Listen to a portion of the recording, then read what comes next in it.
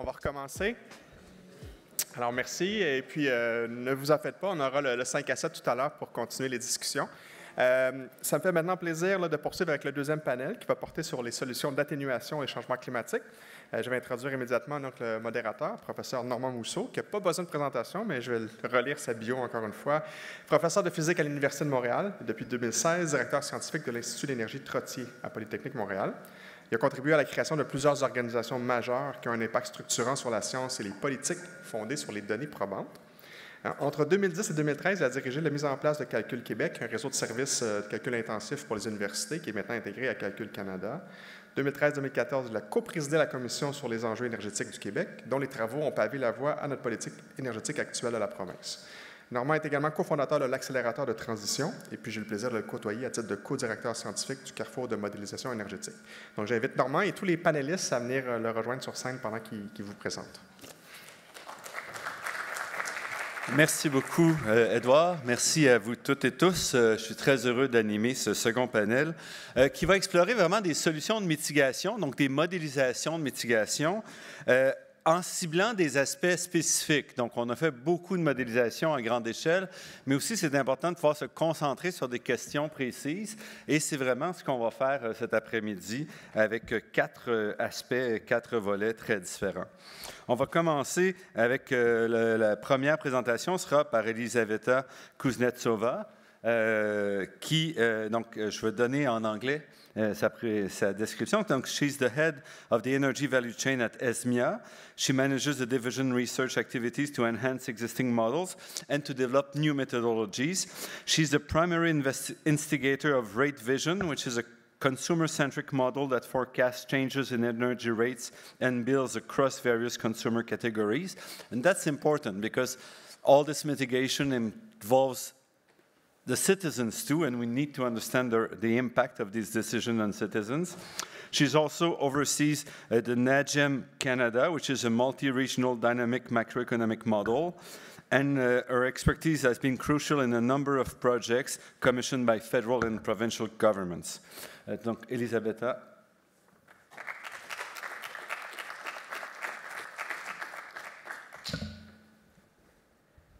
Thank you, Normand. So today I will talk about carbon capture, utilization, and sequestration and its role in the energy transition. And to make it even more complicated, I will do it in French. And just to add, this is not my core subject of work, so it will be really challenging, but I hope I summarized well different decision-making factors and yes. OK, donc commençons. Donc, je vais commencer par donner quelques informations sur ESMIA et nos activités. Nous allons parcourir et nous rappeler pourquoi on a besoin en fait de ces solutions de capture de carbone, l'utilisation et de séquestration. Quelles sont les options de CCUS? Et nous allons aller plus en détail pour parler des différents facteurs qui seront importants pour les décideurs pour considérer pour déploiement de ces solutions dans les différentes régions. Et nous allons conclure. Alors, quelques mots sur ESMIA. ESMIA est une firme de consultation spécialisée en énergie. Nous faisons beaucoup de modélisation. Nous développons aussi des modèles pour l'analyse des stratégies énergétiques optimales aux différents niveaux, de global jusqu'à provincial et urbaine. Nous développons des modèles pour nos clients pour répondre aux différentes questions liées aux énergies. Nous utilisons également nos modèles propriétaires pour la modélisation et consultation. Et vous allez voir dans cette présentation quelques résultats issus de notre modèle propriétaire NATEM. Donc, si vous vous rappelez de ma présentation de Normand, NATEM, ce n'est pas mon modèle. Donc, je vous demande d'être un petit peu clément. Nous faisons aussi des sessions d'entraînement et de support pour les clients, donc pour les apprendre à utiliser les différents modèles et pour les apprendre à développer les modèles pour leurs propres besoins. À droite, vous voyez quelques exemples des études publiques, notamment ESMIA et le modèle NATEM, et derrière Canadian Energy Outlook et Pathway Explorer. Donc, commençons. Pourquoi nous avons besoin de capture et séquestration de carbone? Donc, nous avons besoin de ça pour réduire des émissions, et c'est surtout durant toute la période depuis maintenant jusqu'à 2050.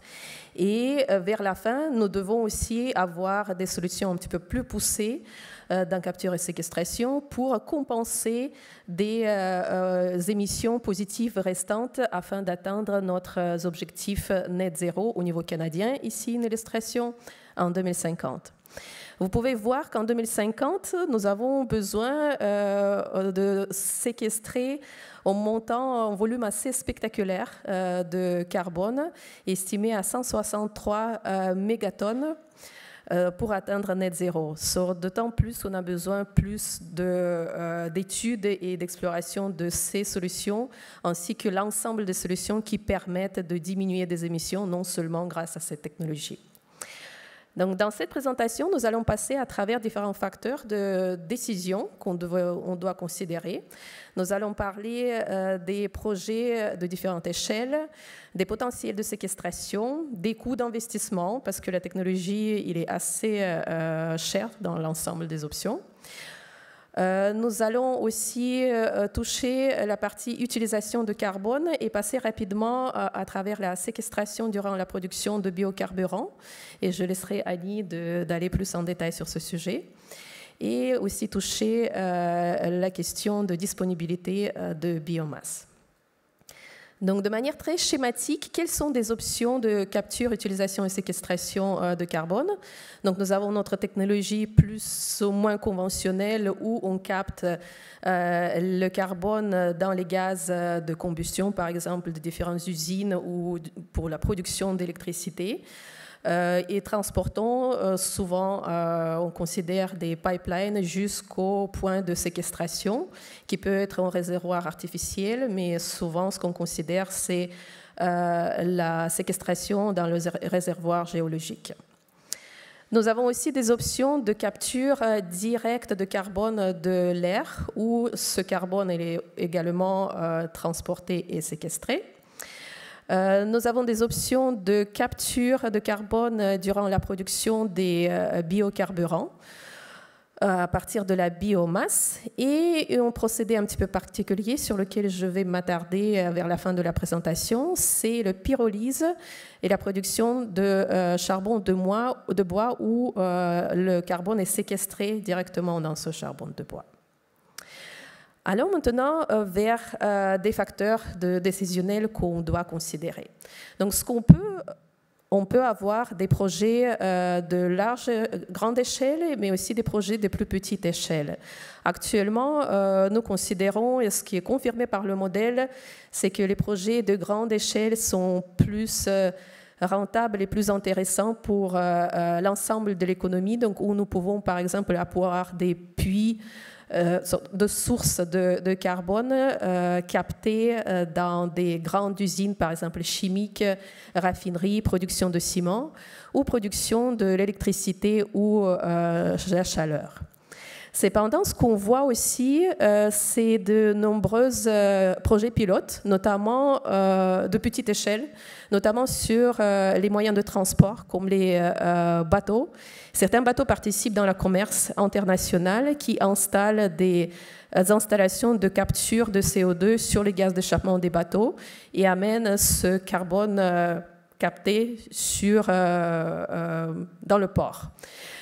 Cependant, il y a des questions, comme vous pouvez l'imaginer, qui se posent sur la faisabilité, mais aussi rentabilité de ce genre de solution, parce qu'on doit penser à toute la chaîne d'approvisionnement qui doit être disponible sur la Terre, connectant des différents ports d'amarrage de ces bateaux, qui va nous permettre de reprendre ce carbone, par exemple, et injecter soit dans le pipeline, soit l'amener vers le point de l'utilisation. Donc, les projets pilotes existent, mais c'est vrai qu'au niveau de rentabilité pour l'ensemble d'économies, ces solutions sont souvent exclues par le modèle. Donc, parlons maintenant des potentiels de séquestration. Ici, une figure pour Canada, donc c'est issu de Clean Prosperity. on peut voir que le potentiel de séquestration géologique peut varier par province et territoire.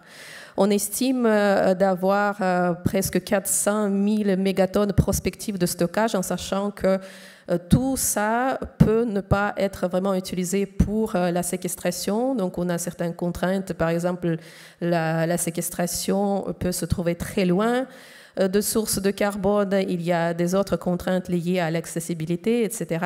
Donc, en réalité, ce potentiel peut être plus bas.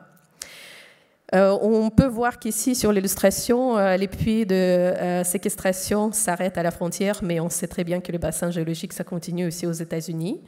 Et parfois, on prend en compte cette possibilité dans le modèle. Cependant, il faut considérer toutes les incertitudes qui sont liées actuellement, par exemple, aux facteurs géopolitiques, mais aussi régulatoires. Est-ce qu'on aura la possibilité, par exemple, d'amener le carbone capturé de Canada pour le séquestrer aux États-Unis?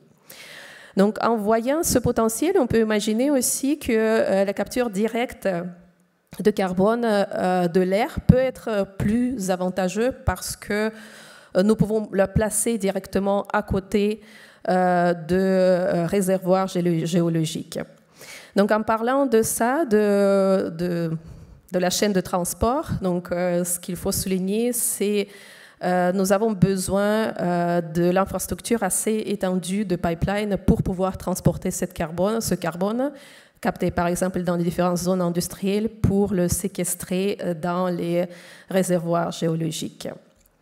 Donc, en plus de technologie de capture elle-même, donc tout le système de pipeline, mais aussi les investissements liés aux séquestrations peuvent être très importants. Donc, vous pouvez voir ici à droite de graphes. Pour le scénario net zéro, les coûts sont assez astronomiques pour Canada. Ça peut se lever à 12 billions de dollars par an en 2050, juste pour construire le réseau de transport de CO2 et séquestration. Donc, on peut penser que peut-être on peut faire différemment et on n'a pas besoin de temps de capture et séquestration, ou peut-être notre séquestration peut être limitée, son potentiel peut être limité. Donc, en limitant ce potentiel dans le modèle, on voit effectivement la baisse de ces coûts d'investissement pour le transport et séquestration, à peu près de 16%. Vous voyez à droite le scénario qui n'est pas favorable à la séquestration. Cependant, ce qu'on voit, c'est une espèce d'effet rebond parce qu'on n'a pas assez la possibilité de capturer et séquestrer. Donc, on doit pousser des solutions de décarbonation dans les différents secteurs plus loin. On doit éliminer plus de gaz naturel, par exemple, dans les secteurs commerciaux et résidentiels. On doit augmenter davantage les capacités de production d'électricité renouvelable. Parfois, ça peut nécessiter produire l'électricité avec hydrogène propre, ce qui est très cher. Et tout ça, ça va impacter les prix finaux des consommateurs. Allons maintenant dans l'utilisation. L'avantage de ça, c'est que typiquement, ces projets se font dans le périmètre de parcs industriels, donc tous les réseaux de transport sont assez limités. Je vais passer plus rapidement sur ce sujet. Donc ici, vous pouvez voir le premier exemple, c'est l'utilisation de carbone pour produire des carburants de synthèse. Un exemple de projet au port industriel de Dunkerque en France, où le carbone capté de l'usine de ArcelorMittal sera utilisé pour la production de kérosène et diesel de synthèse et l'utiliser directement pour l'approvisionner, notamment les bateaux dans les ports. Donc cette chaîne d'approvisionnement, dans ce cas-là, est très courte. Nous avons aussi des exemples d'utilisation de carbone pour la production de ciment. Ici, l'exemple aux États-Unis d'une compagnie Solidiatech, c'est une usine déjà existante. Eux, ce qu'ils font, c'est qu'ils captent CO2 de leur procédé de production de ciment conventionnel. Et après, à travers le procédé de minéralisation, au CO2, il est piégé dans la structure cristalline. Ils font une espèce de poudre granulée qui peut être après mélangée jusqu'à 50% avec le ciment Portland sans perte de propriétés structurelles et autres pour le ciment. Et un exemple du Canada avec l'extraction améliorée de pétrole, donc en Alberta. Ici, le carbone capturé est transporté par une pipeline jusqu'au l'endroit de l'extraction de pétrole et injecté dans le réservoir, ce qui permet de maintenir la pression dans ce réservoir, augmenter la durée de vie et maximiser l'extraction de pétrole. Et normalement, le carbone est supposé être séquestré dans la structure rocheuse. Donc, on peut imaginer qu'il peut effectivement avoir des fuites, mais on nous promet la séquestration. Touchons maintenant brièvement à la séquestration de carbone pendant la production des carburants, des biocarburants. À gauche, vous pouvez voir l'augmentation de la croissance de production de différents biocarburants pour le scénario net zéro. Donc, vous pouvez voir qu'il y en a pas mal et la production augmente presque 10 fois entre 2020 et 2050.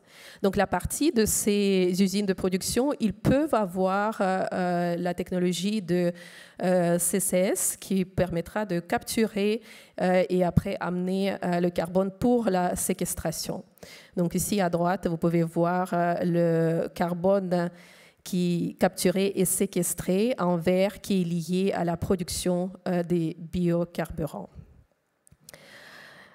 Et la complexité pour le décideur, il augmente davantage quand ce n'est plus juste une solution décision si on doit investir en quelque chose, installer et capturer le carbone, mais quand la capture de carbone elle est associée avec la production des autres produits. Ici, on peut parler de pyrolyse qui peut varier de pyrolyse lente jusqu'à catalytique et en fonction de paramètres pour le procédé, la température et le temps, etc. Nous pouvons séquestrer plus de carbone, mais en même temps produire moins de biocarburant ou davantage produire plus de carburant et minimiser la séquestration de carbone. Donc la séquestration se passe dans le charbon de bois. Pour donner un exemple, à ce type de technologie, nous avons une usine d'ArcelorMittal, il paraît être la deuxième fois dans ma présentation, ici au Québec pour Cartier, où il vise le remplacement de parties de fuel lourd par le biocarburant produit avec la technologie de pyrolyse. Oui, juste une minute, très rapidement. Très important de considérer les contraintes sur la disponibilité de biomasse et aussi des différentes compétitions dans notre système énergétique. Donc la compétition entre les utilisations pour la construction versus pour production d'énergie, compétition entre les technologies de production d'énergie et aussi tenir compte que la disponibilité varie beaucoup par région. Et finalement, les conclusions. Les technologies de capture, utilisation et séquestration, il reste des mesures de last resort measures. Peut-être pyrolyse sort un petit peu de cette catégorie parce que charbon de bois est éligible au crédit carbone et il peut être utilisé dans les différentes applications. Les projets de large échelle sont plus avantageux et nous devons souligner les différentes incertitudes qui sont liées aux limites de séquestration, le marché de charbon de bois et aussi des contraintes liées à la disponibilité de biomasse. Et juste souligner l'importance d'avoir un certain contexte régulatoire un petit peu plus strict qui peut encadrer tout ça. Et pour conclure, c'est très important d'avoir des outils d'aide à la décision pour permettre le choix optimal des options de CCUS pour chaque contexte. Merci.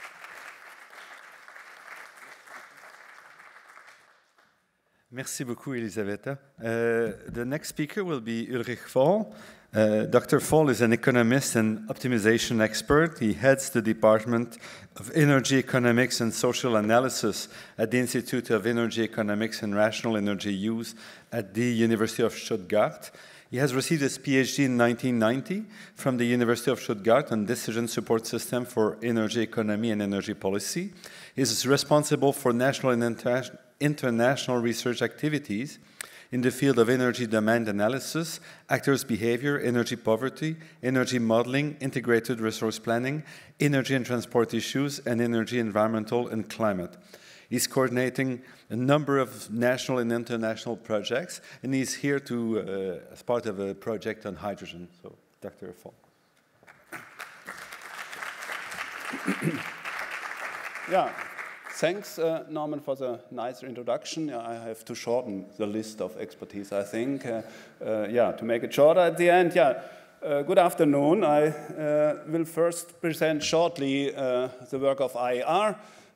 We want to contribute to solutions for local, regional, and global energy issues. And for that, we are doing some assessments in different dimensions: technical, economic, ecological, and social or societal aspects. And so with that, we want to support a way for a sustainable development of the energy and economic system.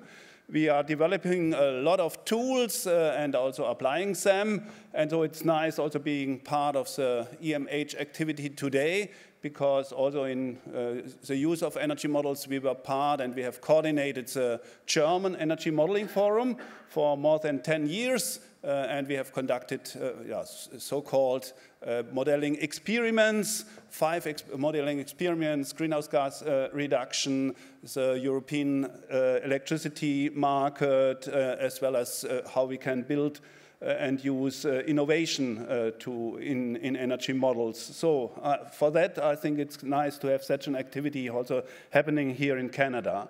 For the presentation, I want to present some short introduction to Germany, the German energy system, then H2CLIP, our H2CLIP approach, and some prospects and challenges at the end. Starting with Germany, 2 main informations. As you see, in the primary energy consumption, a huge share of fossil fuels, around 80% are fossil fuels, and the main contribution comes from oil products, followed by natural gas. And on the third place, we see renewable energies in Germany with a share of around 20% in 2024. We have a share of around 80% of fossil fuels, but we have also decreased greenhouse gas emissions between 1990 and 2024 by 48%. So I think a huge success. But there is something to do. The national target for 2030 is to reduce emissions by 65%, and in 45 we will should be climate neutral at the end. So, and then for becoming climate neutral, okay, the question is also about CCUS, and we have an estimator for that we will need around 80 million tons to become carbon neutral, climate neutral in Germany. We have a focus on hydrogen. I have to play the role of the hydrogen guy today. And so, the German prospects for the hydrogen demand and imports, we have done a meta study, and you see a range, but there is a basic demand around 140 terawatt hours in 2045, up to more than 500 terawatt hours, and you see also the share, the lighter share is the needed imports, and the darker shares are the domestic productions that also will need hydrogen imports from derivatives for the system in the different parts, industry, residential, and so on.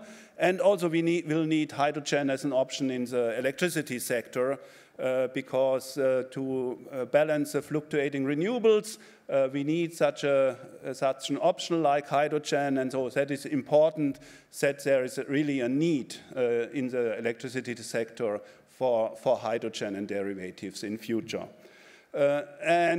Coming now to the H2CLIP part, the H2CLIP approach.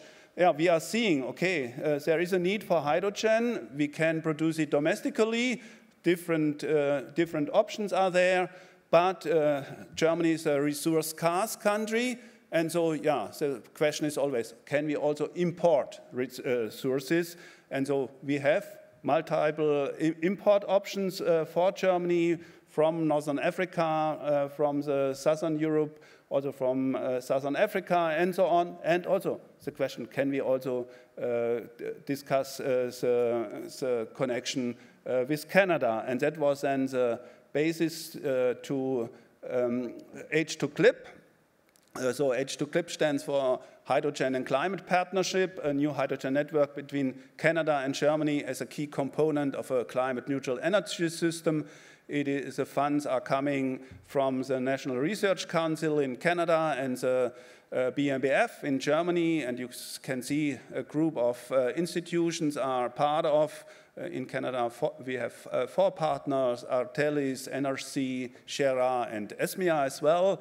And on the German side, the IER and also Siemens Energy is working with us in H2CLIP. We have defined different work packages, and in the center of the work package, there are a lot of modeling activities, starting with energy system optimization modeling part, economic modeling we are doing. We are looking for some use cases and pilot projects, as well as doing a life cycle assessment, a carbon accounting of different hydrogen value chains. And around, we are doing some data collection, and also, yeah, we want to develop some policies and measures. So, and yeah, we are doing really a modeling experiment in H2CLIP using a lot of models for the different purposes, starting with Montréal region, ETIM H2 at Gérard. Then AD merge was introduced by Olivier at the beginning of the symposium, and other models. And you see we are not only using the models by themselves, but we want also to link them, a soft coupling of the models, so that we can use information from one model as an input in another one, and so also, yeah, make it more based, so that we can have really such a cooperation, such a connection.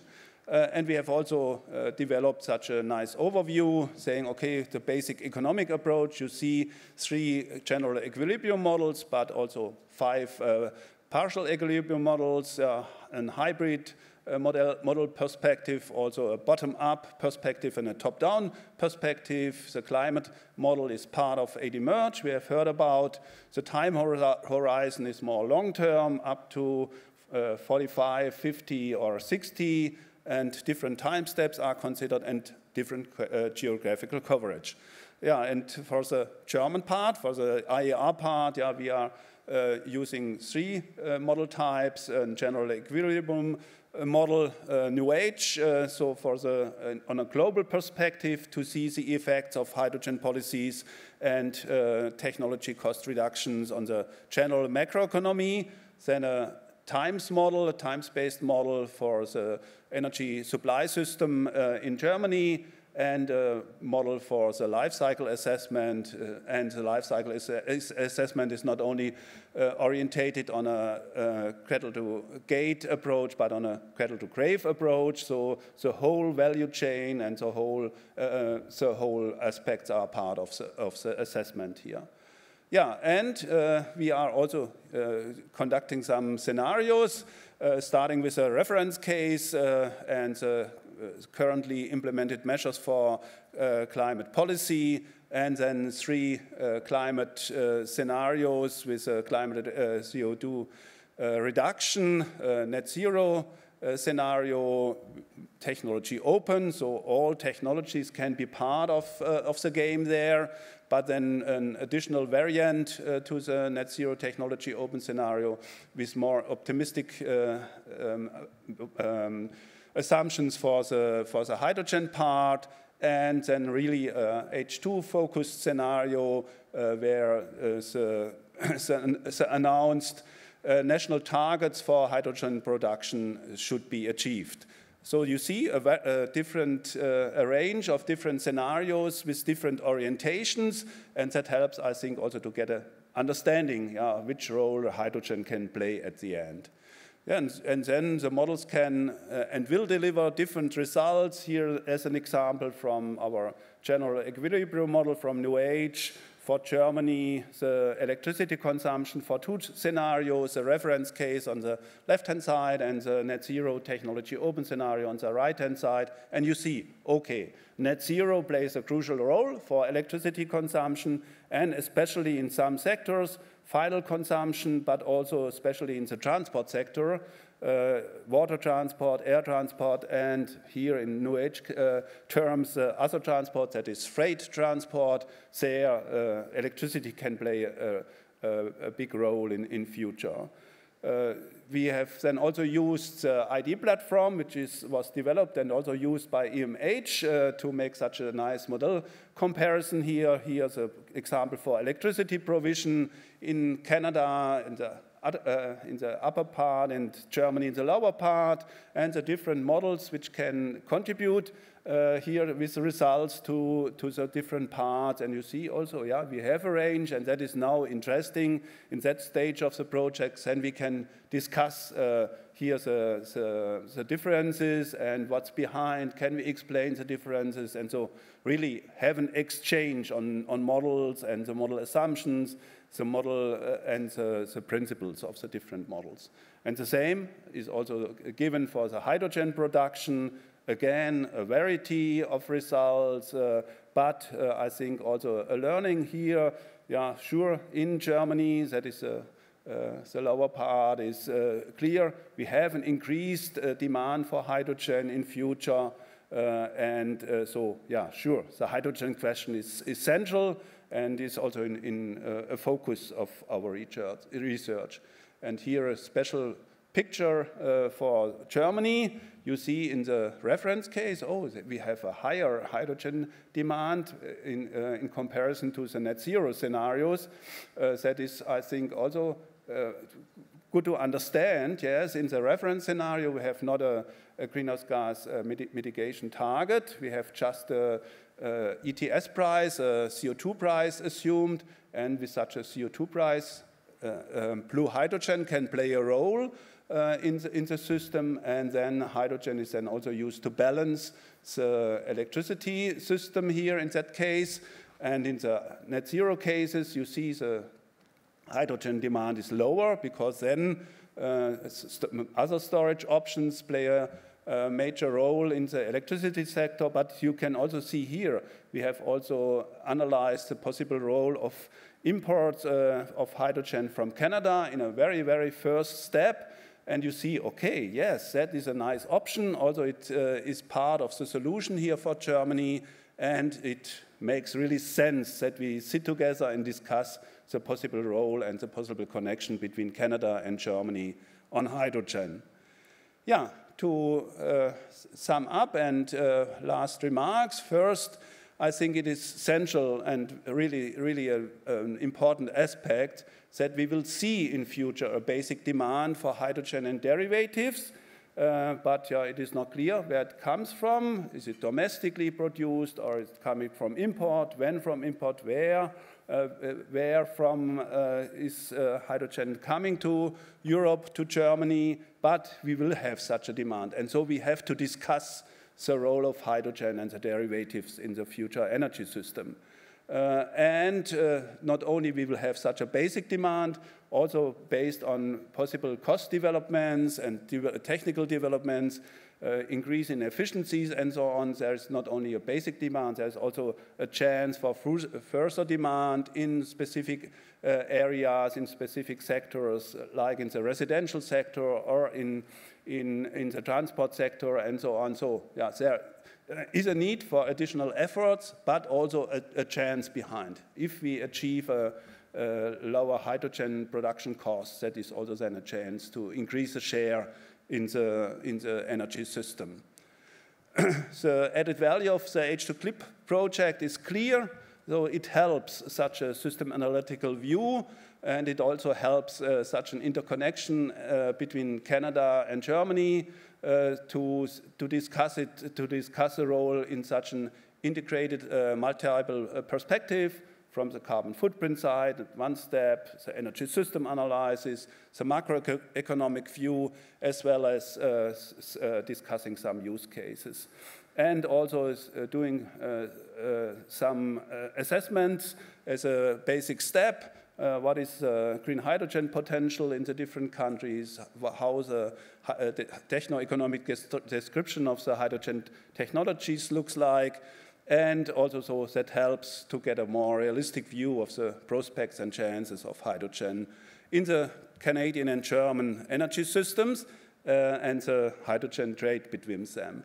Yeah, and yeah, the perspectives, I think, sure, they are quite nice, and it is also, we have to take into account the soft factors, such as political stability and the experiences in industries and so on. And it is also central, I think, to discuss such a cooperation not only as a trade possibility, but also to have an exchange on the science side and in the industry communities, and that is also part of the HT-CLIP project. In the morning we have had a learning dialogue, an exchange with stakeholders from industry and so on. And yeah, sure, there are some challenges also which we have to see, and that is also the question, okay, how is the position of other regions, South America, Southern Africa, and so on. And so from my point of view, it's also a need that we enlarge our picture, enlarge our analysis for the international hydrogen and derivative markets to get a better understanding what is happening on a global level. And with that, thanks a lot, and here is a nice picture from the project team. Thank you.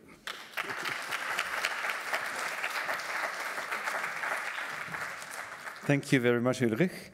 The next speaker will be Mohamad Aziz. He has received his PhD from the American University in Beirut in electrical and computer engineering, his master in engineering degree from McGill University, and his PhD from Polytechnique Montréal in industrial and mathematical engineering in 2023.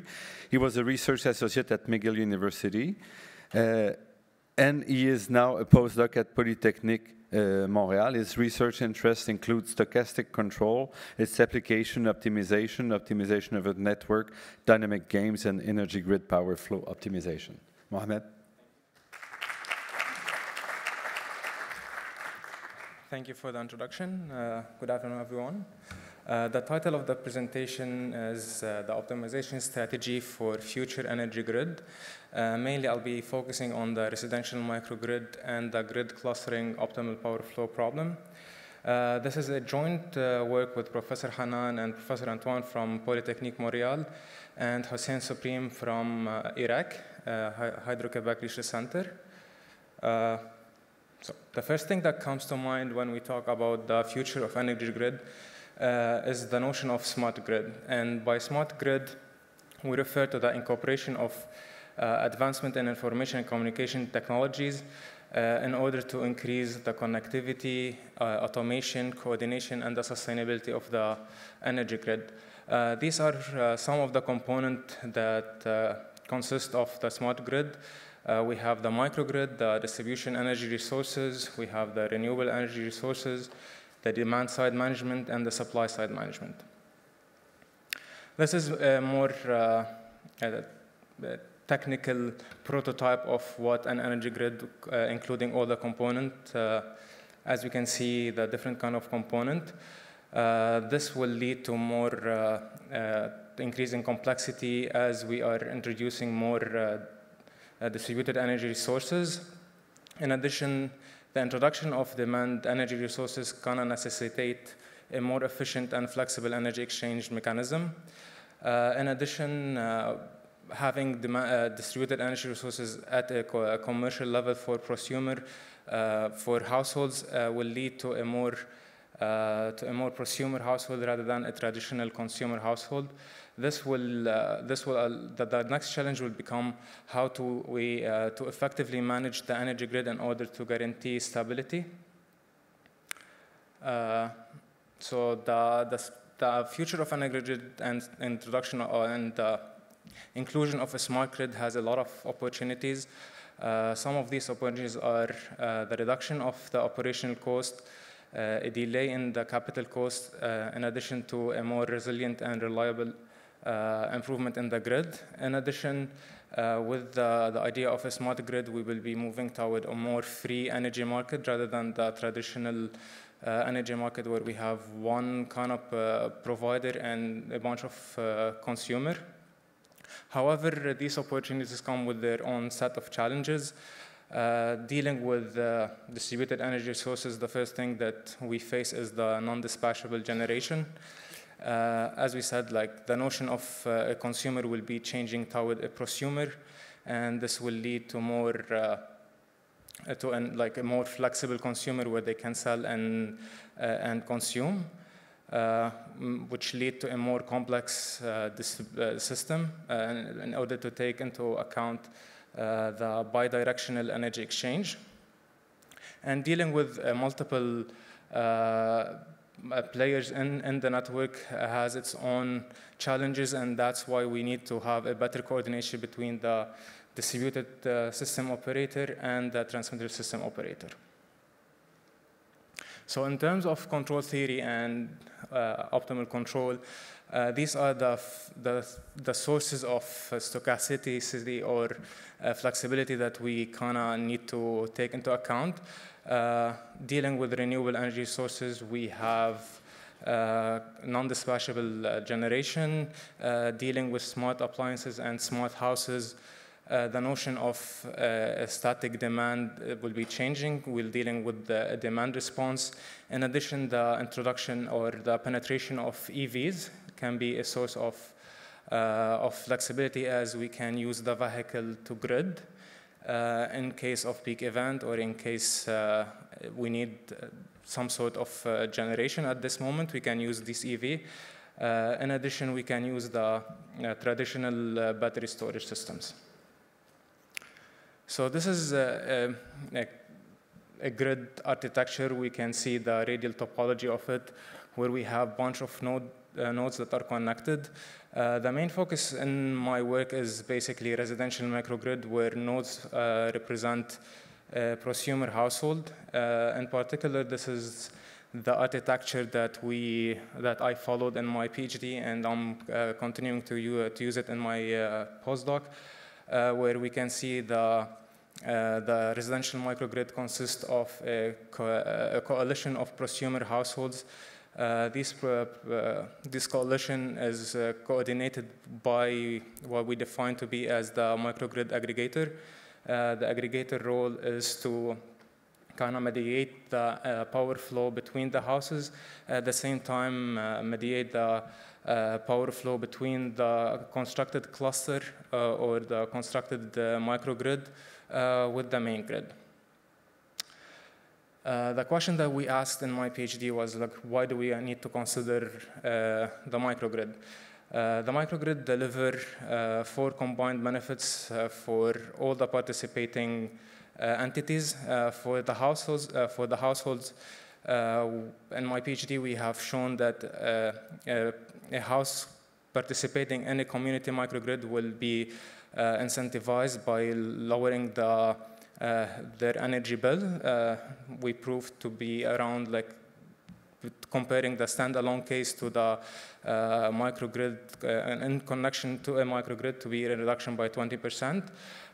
Even for the policymaker, the idea of a clean energy is an incentive, as we be replacing the fossil fuels, and we can even use the surplus in our generation to feed back in the system.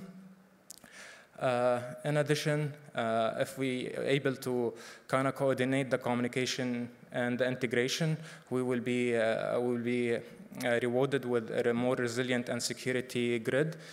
In case of disaster scenarios, you can switch to a grid standalone mode, and you can meet your local demand. And the idea of a microgrid is appealing as well because of it can be duplicated or replicated, and that's like the core work in my current position as a postdoc, where we are considering a bunch of residential microgrids that are connected to each other. So the idea is like we have a residential microgrid, and then we're gonna formulate the energy grid in a cluster of cluster, and that's a kind of simplified prototype of the radial topology that was presented earlier. Here we can see that we'll be dividing the energy grid into clusters, where each cluster represents a microgrid, a residential microgrid. Due to the physical nature of the grid architecture, microgrids will be collaborating or coordinating with their neighboring cluster. And the optimization, the power flow problem would be how to model the problem formulated in a decentralized way. The appealing part of a decentralized kind of modulation is like you're giving some sort of autonomy for the households, like you don't have a centralized authority that's turning your switches. You're giving the house a full autonomy on their decisions, which are basically their controllable load, their shiftable loads, as well as their EV battery and their energy battery storage systems. So like they can either charge, discharge, depending on what they think is best response for or best interest. The aggregator of the cluster will be relaying the messages between the neighboring clusters, as well as the power flow with the main grid. As for the objective, as we said, like the prosumer objective or the household objective is to minimize their energy bill. For the aggregator, his role is to set the equilibrium pricing strategy within its cluster in order to minimize the aggregated energy cost of its cluster. As for the main grid or the distribution system operator, which in our case is Hydro-Quebec, is to reduce their peak event and at the same time prevent a rebound. In order to solve this problem, I was working on formulating this optimization problem using game theory, as it's provide the analytical framework to deal with complex interaction among rational players.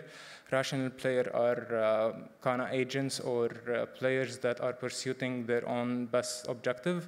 In our case, it's the prosumer, and their objective is their utility bill. And one branch of game theory is mean field game theory, which is my specialty, and which deals with dynamical game with large number of stochastic dynamical agents.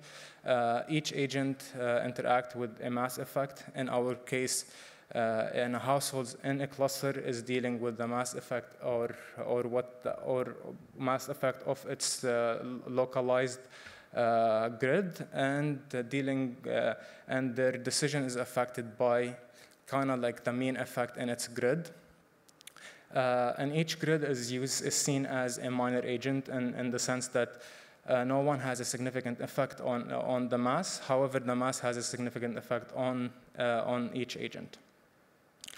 So in a nutshell summary of mean field, like mean field aims to find the Nash equilibrium strategy for the constructed game, and by taking the infinite population limit and then using a epsilon Nash approximation to deal with it in the finite kind of constructed cluster.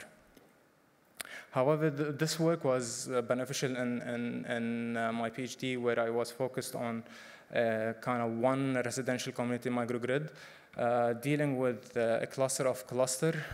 We will be deploying what we call the graphone mean field game theory, which kind of like an extension of mean field game theory on large complex network. One of the many aspects of graphone mean field game theory is like you're dealing as an agent, you're affected by a local mean and a global mean. And the energy network, a local mean would be like your cluster. As for the global mean, will be like the decisions that's happening around you in the neighboring cluster and whatever the DSO pricing mechanism is set. Similar to mean field game, optimality in this framework is still seen as the Nash equilibrium. So this diagram kind of represents the high-level contribution or the high-level optimization framework that to be applied. Households will be observing their status. They will be fully decentralized. They have full autonomy. They will receive the messages from their local cluster and from the global cluster, and depending on that message, they will come up with their optimal strategy. The graphone mean field game will help us to find kind of the fixed point solution for this kind of loop, where based on data estimated, will reach like a consensus kind of fixed point agreement between the control decisions you take with whatever estimation a household can gather from the system. So this is our current work, and with that I'll be finishing. And this work is funded by ANSEC and FRQNT and Hydro-Québec. Thank you.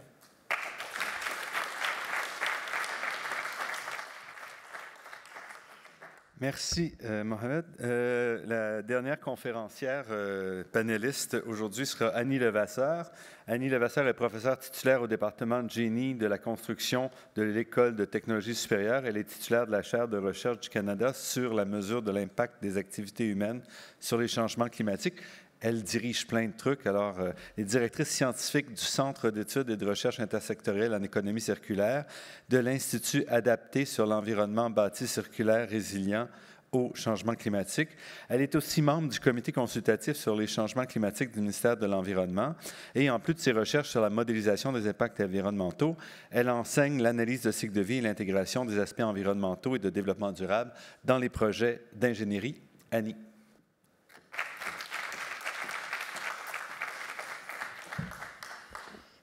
Bonjour à tous. Je vais essayer de ne pas trop vous endormir pour la dernière présentation. Donc, je vais vous parler plus spécifiquement de bioénergie.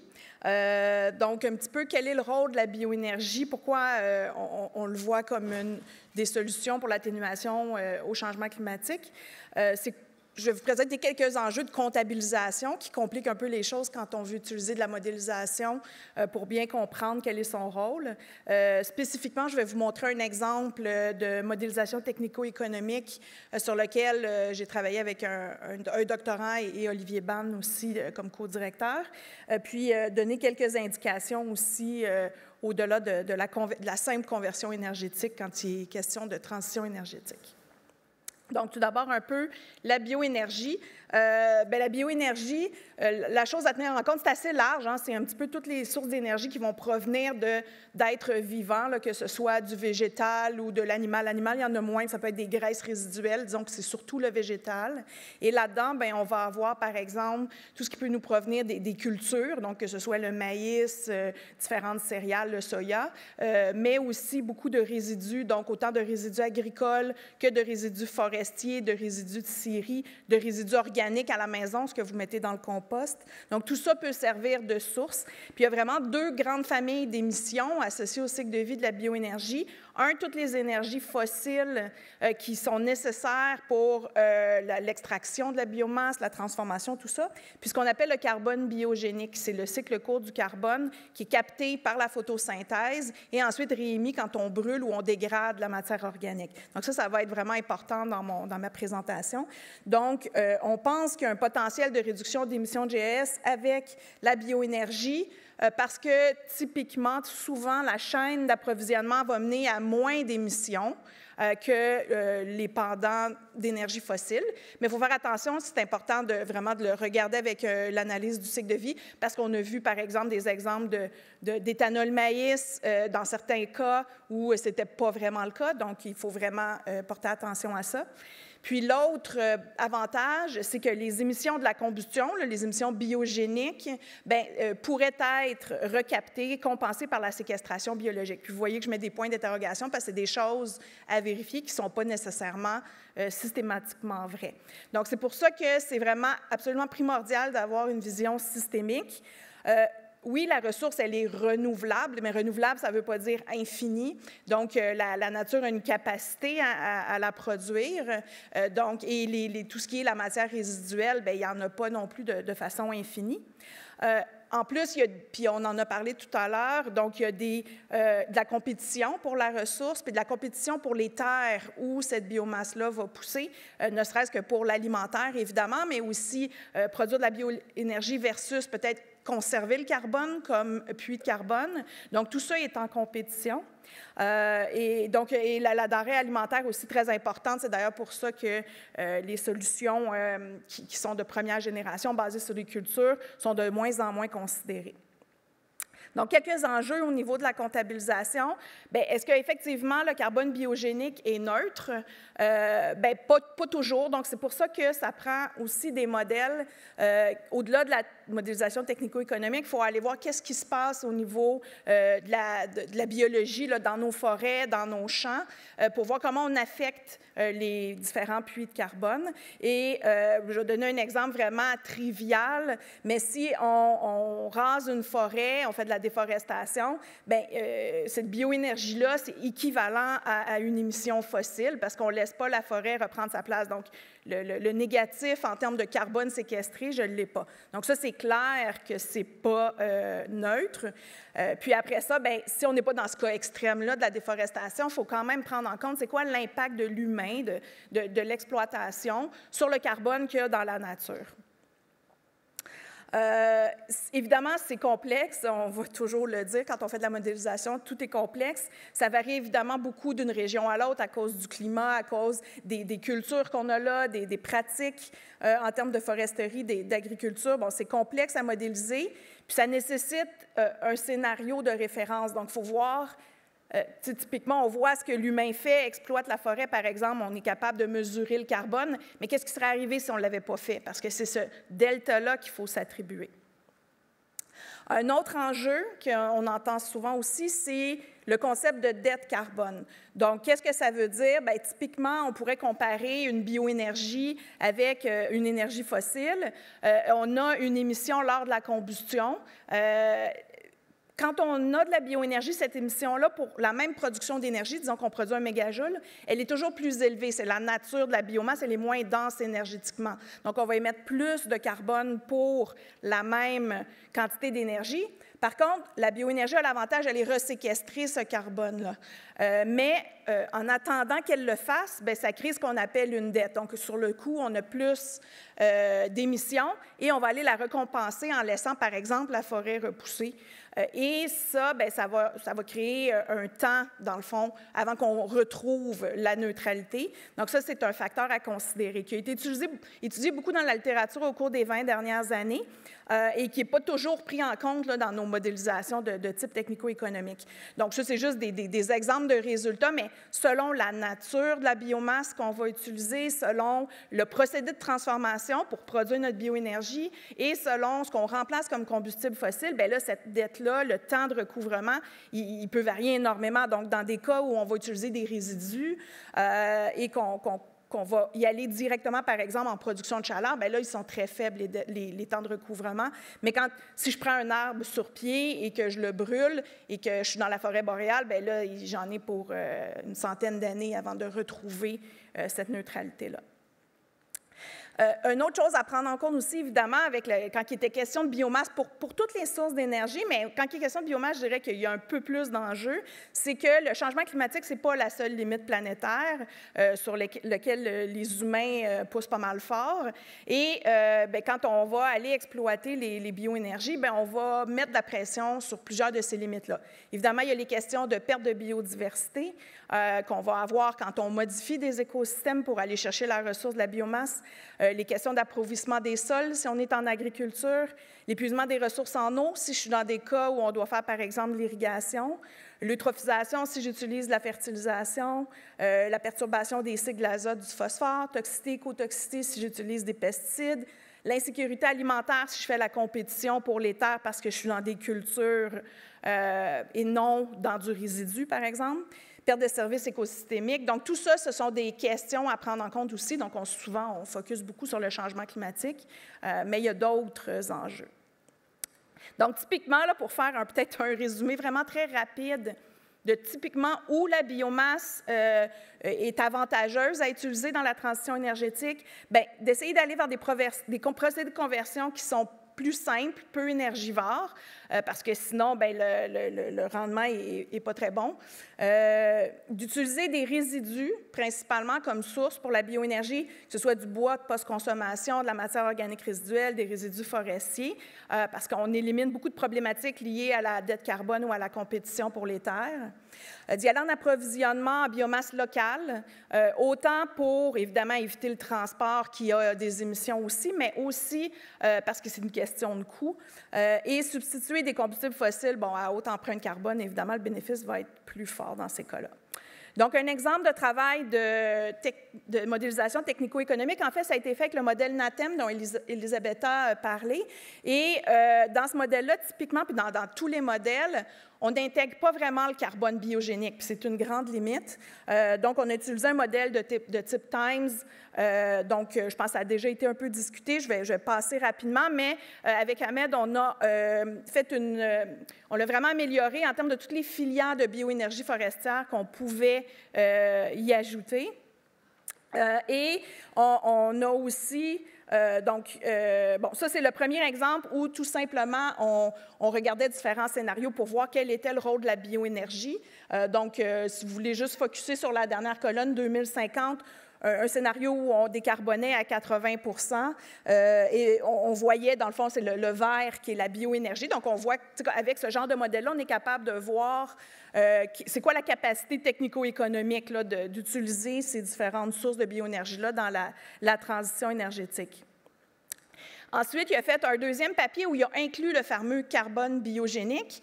Donc, on a travaillé avec des gens de l'Université Laval qui sont en foresterie puis qui modélisent le carbone forestier pour différents scénarios. Et là, il y a beaucoup de résultats là-dessus, mais si vous regardez ce qui est en noir à la fin, juste pour donner un exemple, c'est qu'on a, c'est un scénario d'exploitation forestière qu'on a modélisé. Puis vous voyez qu'entre le scénario écrit CN, qui est carboneutralité, versus l'autre, il y a quand même une différence. Donc, par exemple, dans celui où on a intégré le carbone biogénique, il allait produire moins de bioénergie. Et là, il y a plein de choses qui peuvent expliquer ça, parce qu'il peut choisir de conserver de la forêt plus tôt, ou il peut y avoir justement des enjeux liés au fait que là, on prend en compte les émissions de la combustion, puis que la séquestration, le timing n'est pas le même non plus. Donc là, le modèle est capable de prendre ça en compte quand on l'intègre, ce qu'avant, il ne pouvait pas faire du tout.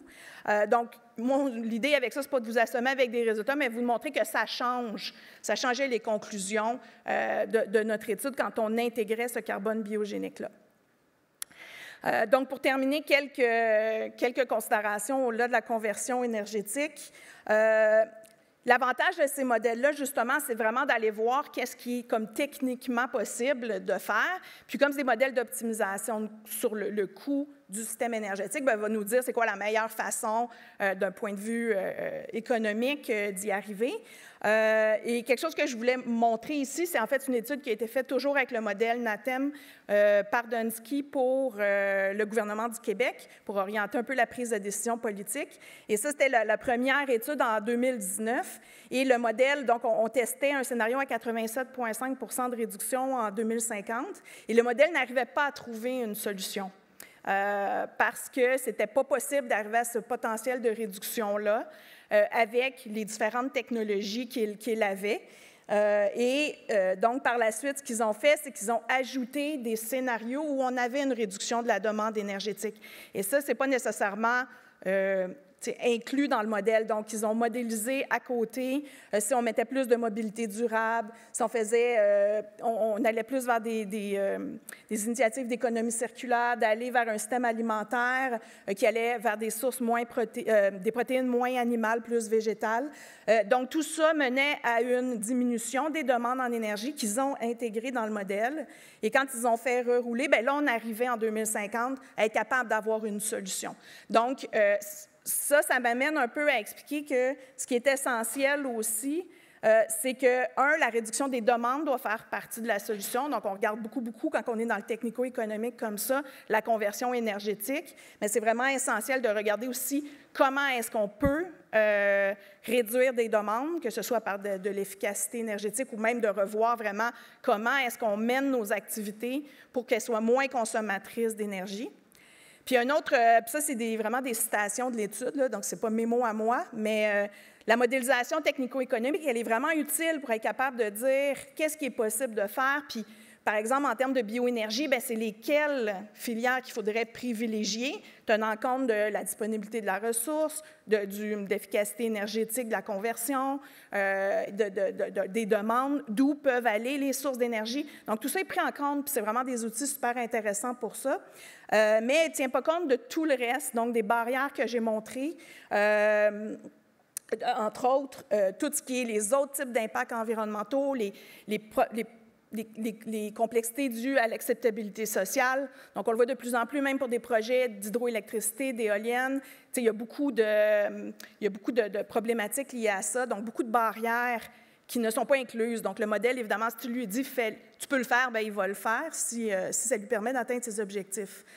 Donc, c'est vraiment important aussi, d'où tantôt on parlait de faire des modèles qui parlent à d'autres modèles pour faire un énorme modèle, mais ce sont toutes des choses qu'il faudrait être en mesure de prendre en compte. Donc, mes messages clés pour terminer. Tout ce qui est justement sobriété, efficacité et conversion, ce sont toutes des choses qu'il faut faire ensemble. J'aime bien dire chaque source d'énergie à sa place. Donc, il n'y a aucune des sources d'énergie qui va nous sauver demain matin. C'est plutôt un cocktail de solutions qui va nous permettre d'y arriver. Puis, c'est vraiment important de chaque source d'énergie à sa place parce qu'il y a justement des sources d'énergie. Par exemple, il y a des endroits qui vont être très, très difficiles à électrifier. Bien là, c'est clair que l'hydrogène peut venir jouer un rôle. Donc, de la bioénergie, tant qu'on reste dans certaines capacités limites, ça a sa place aussi, ça a ses avantages. Donc, c'est vraiment de trouver à quel endroit il faut mettre ces sources d'énergie-là.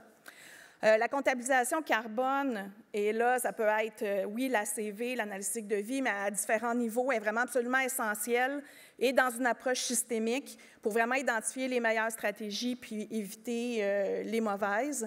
Puis, il faut aussi penser, puis pas oublier, même si on parle beaucoup de changement climatique, oui, des autres impacts, mais aussi des autres bénéfices. Je trouve qu'on n'en parle pas assez. On parle beaucoup des obstacles ou des limites ou des perceptions négatives face à la transition énergétique, mais ça vient, donc, toutes les nouvelles façons de réduire nos demandes en énergie viennent aussi avec des bénéfices pour la santé, la sécurité, si on parle de mobilité, d'appropriation d'espaces publics, de protection du territoire, etc. Donc, merci beaucoup.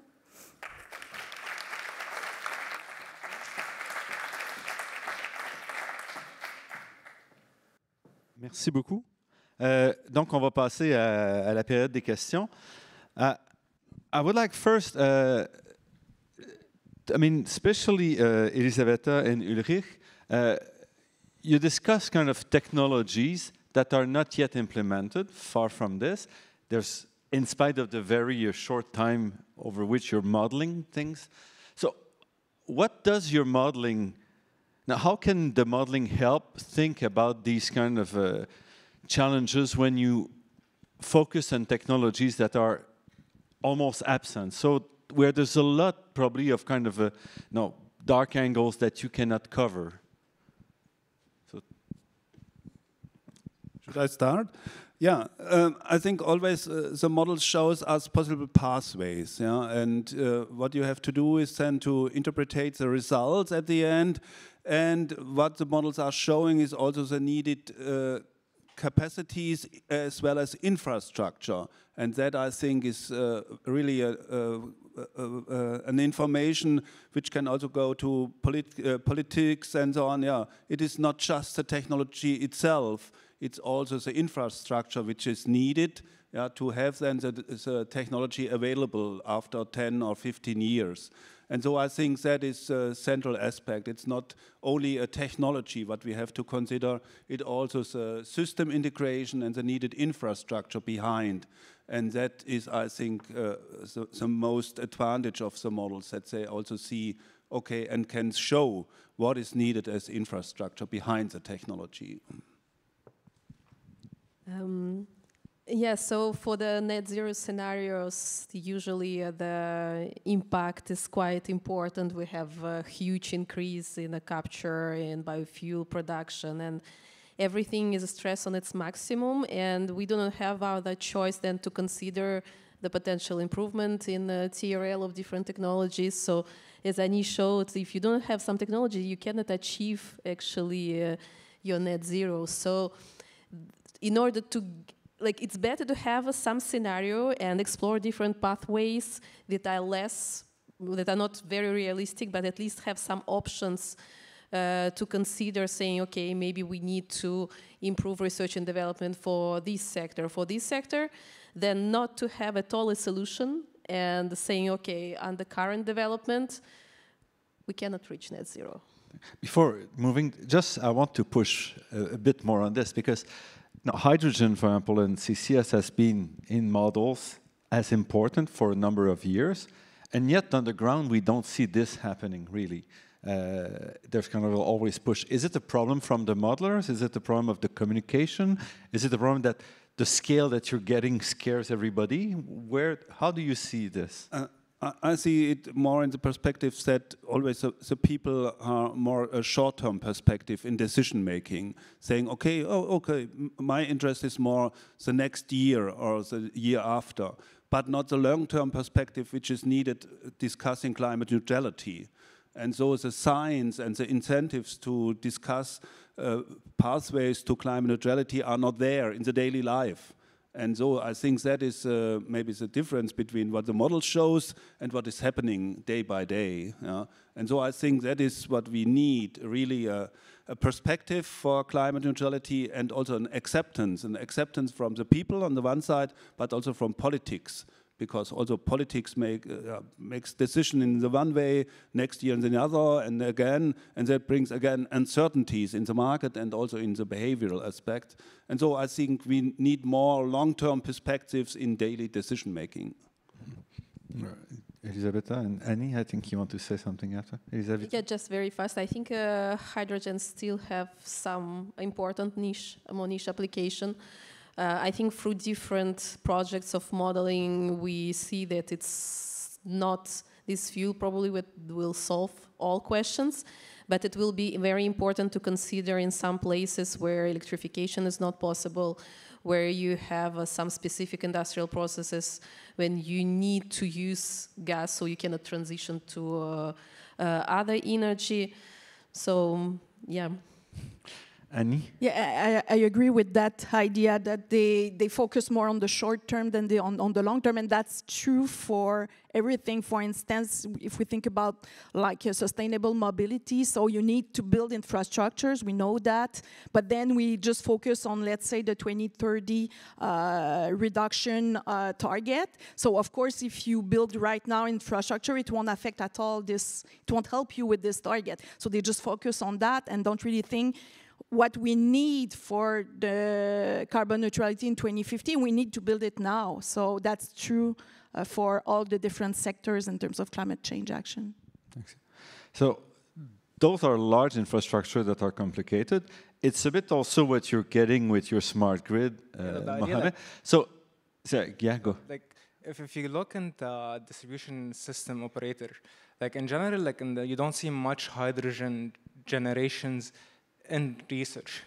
Like people will be focusing mainly on solar, wind, whatever, etc. But like you don't see much when it comes to the energy grid and the modulation for a distribution system operator that is focused on including hydrogen. Like you still see like a diesel generations in some work that is currently happening, but you don't see enough in the research when it comes to the future of energy grid from like a residential point of view or from the energy structure. Like you don't see much hydrogen research happening.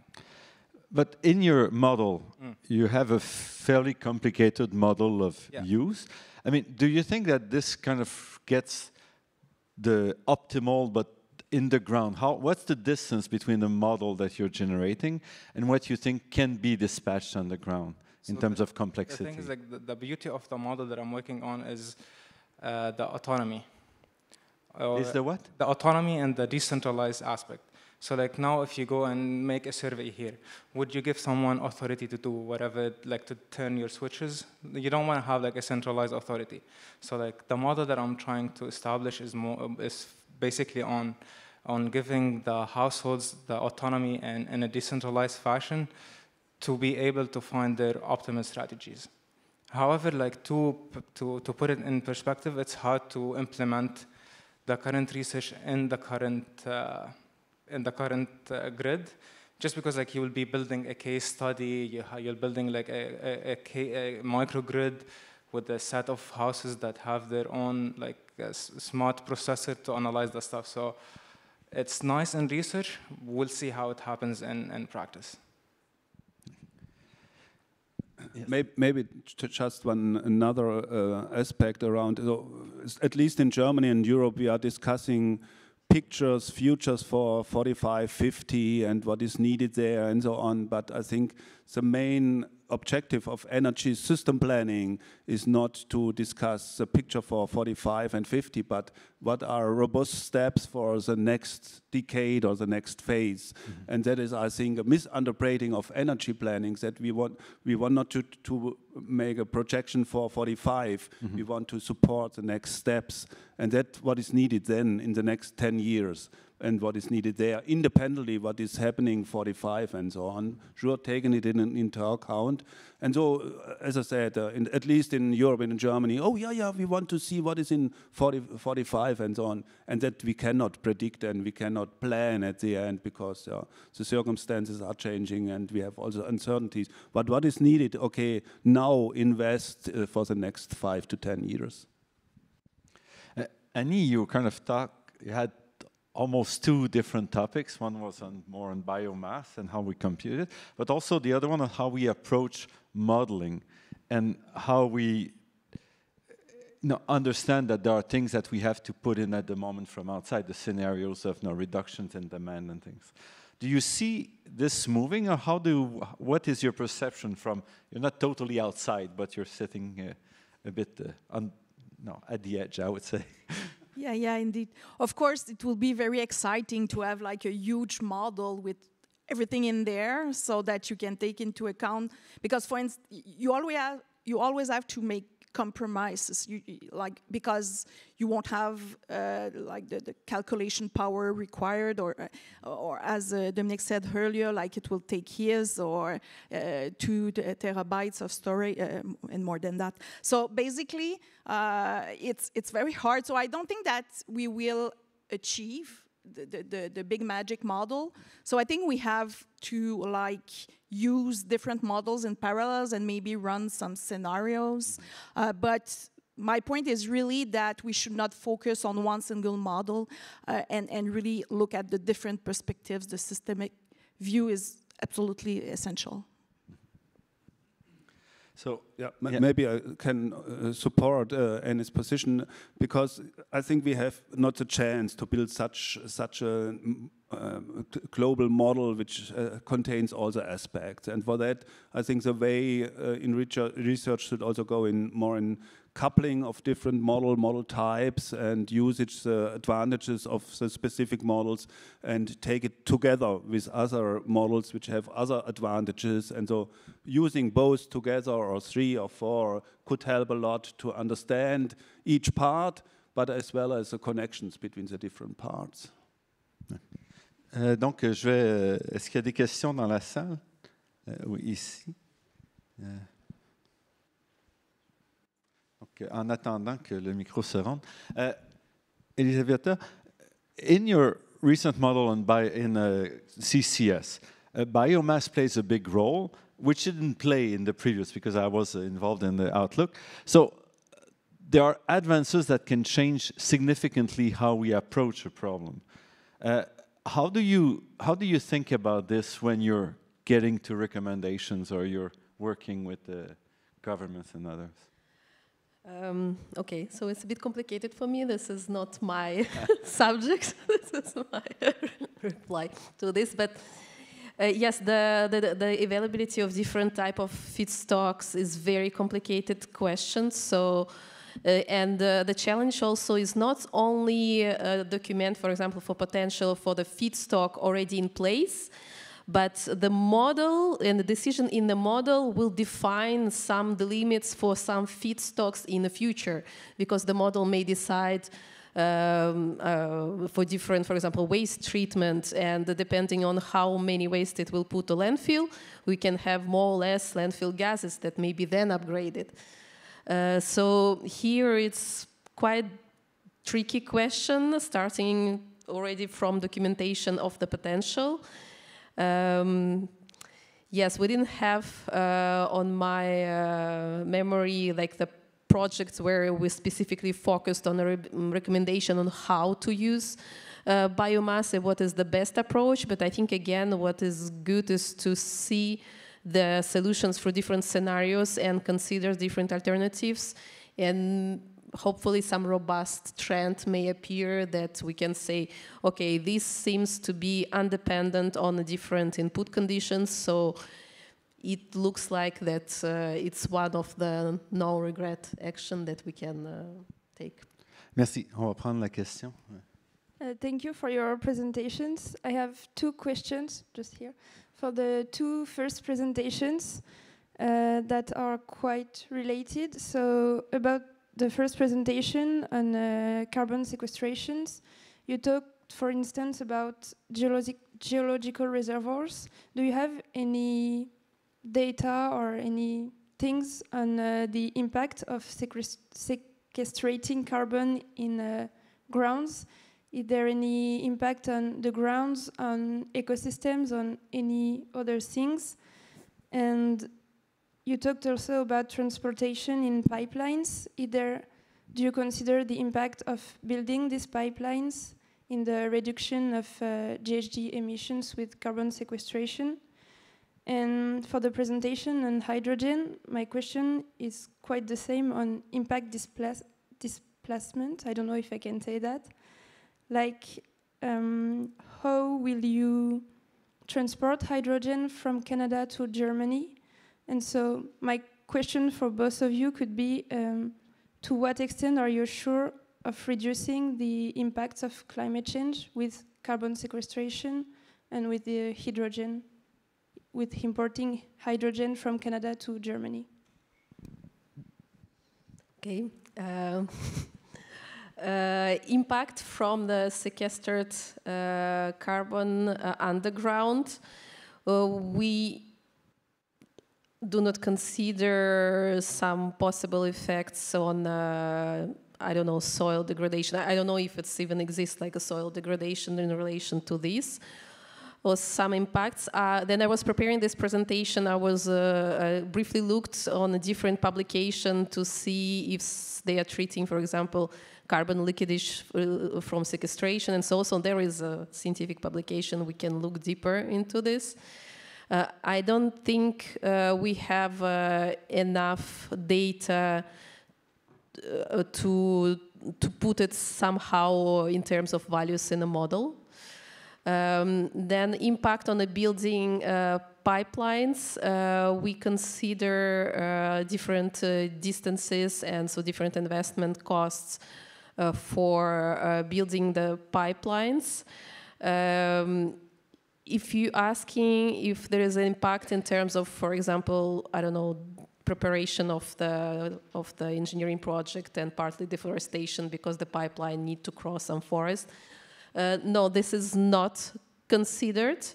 And we must also think of since the model is the hugely complex model and the economy-wide, some solution that we get must be interpreted in a bit, let's say, smarter way.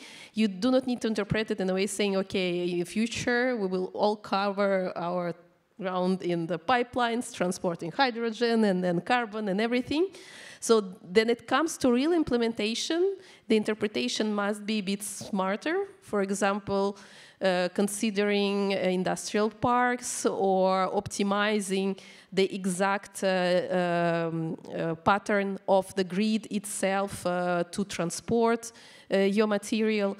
So yeah, it's not directly taken into account into the model, and there is a gap between then you get the results and then you interpret it for implementation. Thank you. Yeah, and concerning the hydrogen question, we are considering different options for transport of hydrogen or derivatives between Canada and Germany. So liquefied hydrogen on the one side, then ammonia, methanol, as well as e-fuels, and always also the environmental impact behind. So for that we are conducting some life cycle assessment, taking all the steps in the value chain into account and saying at the end the product which is delivered coming to Germany or Europe has a greenhouse gas intensity of about whatever, and so you can directly see, okay, which greenhouse gas intensity is behind. On the other side, we are also looking for aspects how it can then be used in the German or European energy system, which of the option is the most cost-effective one. And so we have both information at the end, what is needed from the cost side, but as well which carbon intensity is then also there. And sure, the last step is also that the transport itself should not be done then with fuel oil, but also with the same energy carrier, more or less, ammonia or methanol, which is also carbon-free at the end. Good afternoon. Is it working? Good afternoon, everyone. I thank you very much for being here, for traveling from so far, for such an inspiring conversation au travers des changements climatiques et vers la transition net zero transition. So my first comment is for the smart grid presentation from the professor there. I asked a municipality, what is your backup plan for, we've had Hydro-Quebec failures here in Montreal, and we've been left up to a week without electricity. So what is your backup plan within the municipal program for a strategy to help people, citizens, get over this when there's no electricity? So the smart grid is the answer. So thank you from the professor from Stuttgart from traveling so far to come and visit us. I was at a Hydro-Quebec presentation. Est-ce que vous pouvez faire une question courte, oui, s'il vous plaît? Sinon, on va passer à quelqu'un d'autre. Hydro-Quebec is at its maximum capacity, electrical-wise, and they've been investing monies in the Leonian, it's the windmill type of things, and also solar power. They're at their maximum capacity to provide electric. So the solar panels are being used all over the United States, and it's something you should look at. Look at the Hydro-Quebec website, because the hydrogen and even electrical, they're patent things that are patented by other governments that have been bombed over world. So I would look at the Hydro-Quebec website and look at the transition energy to see what they're doing. That could help Germany a lot. Yeah, I will not make the step via the website. We have a visit tomorrow at Hydro-Quebec, and I ask them directly. Est-ce qu'il y a une autre question dans la salle?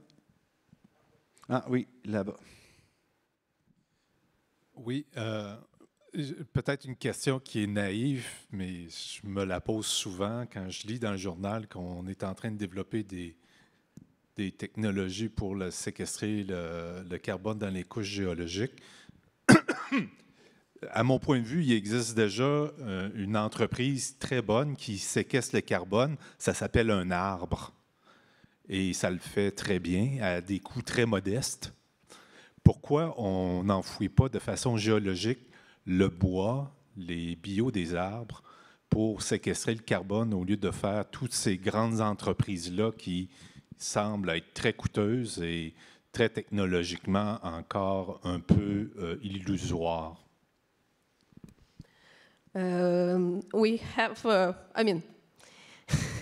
because we want also to get something. But if taking your question, actually, the pyrolysis and the biochar production could be this thing because you can use biochar, which sequester carbon through the process of high temperature treatment without combustion. So you can use it for soil amendment, you can use it for car industry, for example, in the seeds, but market the demand, it can be saturated in effect.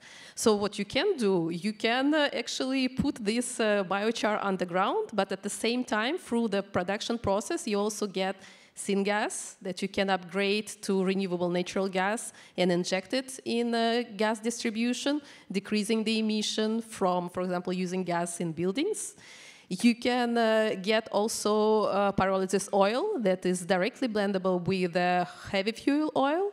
So just taking poor forest and putting it underground, I don't think it's cost efficient and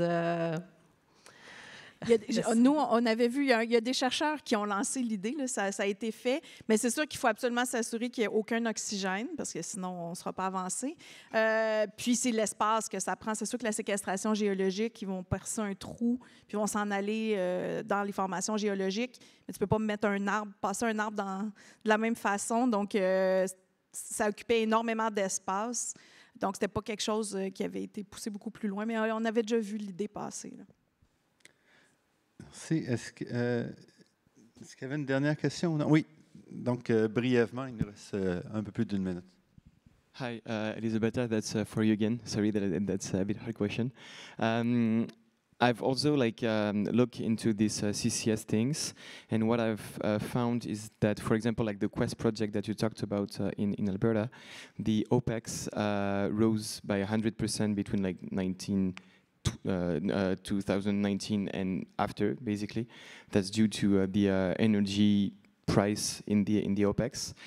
So there's a rising cost in CCS that we've seen, and also on any other project that we've seen all around the world, CCS claims 95% capture, but it has never reached it, So there's this thing that, I'm also in your case, we model things and we are, in this, in our world somehow, but well, that's just, I just wanted to bring that up, what do you think about that? What, if... I think it's coming back to the first question of Normand. So we do not have other choice than to have this and to assume some sort of improvements of efficiency, increase of TRL, decrease of costs, because otherwise especially in some regions, we couldn't get any solution. And it's always better to get some different variety of the solutions to explore it further than to get nothing, because you put not, for example, 90% of the efficiency of CCS, but you put, I don't know, 20 or so. Yeah, then I'm not sure we're putting 95%, so numbers on the model needs to be confirmed, but yes, I agree that something may be overestimated. Merci beaucoup. Alors, on va arrêter ici. On pourra poursuivre avec un verre tout de suite après. Thank you very much. Merci beaucoup à tous. Merci pour votre présence. Et je laisse la parole à Edouard à nouveau. 1, 2, merci. Alors, ça conclut notre journée, ce symposium, en fait, sur la décision pour répondre au changement climatique. Merci à tous nos panélistes, à tous nos modérateurs pour leur temps et leur générosité. On peut les applaudir une dernière fois, évidemment. Un gros merci au Gérald pour leur accueil au HEC, pour l'organisation de cette demi-journée, puis particulièrement au professeur Olivier Bann pour son engagement et son équipe aussi. Je vais laisser Olivier vous dire quelques mots. Et avant, ne partez pas, je vais vous donner les dernières petites instructions pour le 5 à 7 pour récupérer vos coupons. Donc, je laisse Olivier dire un mot, puis je vous reviens. Merci, Edouard. Donc, au nom du Gérald, j'aimerais également remercier nos 8 panélistes et 2 modérateurs pour la qualité de présentation, la richesse des échanges. C'était une très, très belle après-midi. J'aimerais également remercier toute l'équipe du GERAD et puis aussi du Carrefour de modélisation énergétique pour l'organisation de ce symposium. Puis j'aimerais vous remercier d'être venu partager l'après-midi avec nous. C'est très, très sympathique. Et puis donc, avant les quelques instructions, donc moi je vous invite à aller, donc le 5 à 7 aura lieu à la salle A373B. A373B, c'est près des ascenseurs. Vous allez trouver facilement. Ouais, c'est ça que je voulais dire, en fait. Donc, tu as volé mon punch, non, c'est pas. Donc, vous sortez, je crois, en haut ou à droite, puis vous allez vers l'arrière, 373. Il va y avoir quelqu'un qui vous donne des coupons à l'entrée, là, si vous voulez une consommation ou deux. Sinon, on a de la nourriture en masse, parce qu'il y a des gens qui sont partis en début d'après-midi. Donc, vous restez avec nous jusqu'à 7 heures, si vous voulez. Donc, merci encore pour votre présence, puis au plaisir de vous revoir à un prochain événement.